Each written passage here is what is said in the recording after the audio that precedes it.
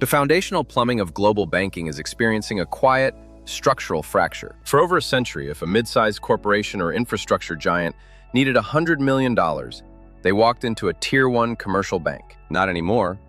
Driven by the aggressive capital requirements of Basel III, traditional commercial banks are systematically retreating from corporate lending. In their place, an alternative powerhouse has emerged.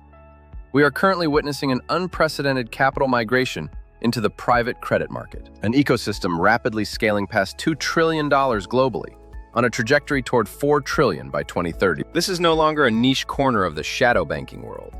In 2026, the nature of private credit has transformed. While direct lending to corporate entities remains its backbone, the real growth engine has shifted to asset-backed finance, or ABF. Large-scale alternative asset managers are stepping in to finance massive infrastructure demands, specifically the data centers required to power the global artificial intelligence boom. Tech giants are bypassing public bond markets entirely, leveraging sophisticated, non-consolidated private credit joint ventures to fund capital expenditures without adding traditional debt to their balance sheets. But underneath this massive growth, structural vulnerabilities are beginning to surface. Organizations like the Financial Stability Board and Moody's have raised flags regarding systemic interconnectivity. Because traditional banks are now extending massive leverage credit lines directly to these private credit vehicles, the risk hasn't left the banking system.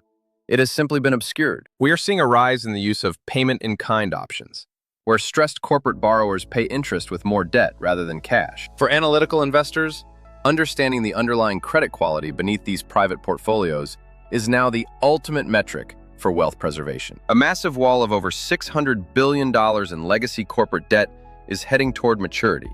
As these loans face refinancing at current structural rates, the division between top-tier asset managers and highly leveraged funds will widen significantly. If you are positioning private capital, the era of passive yield is over.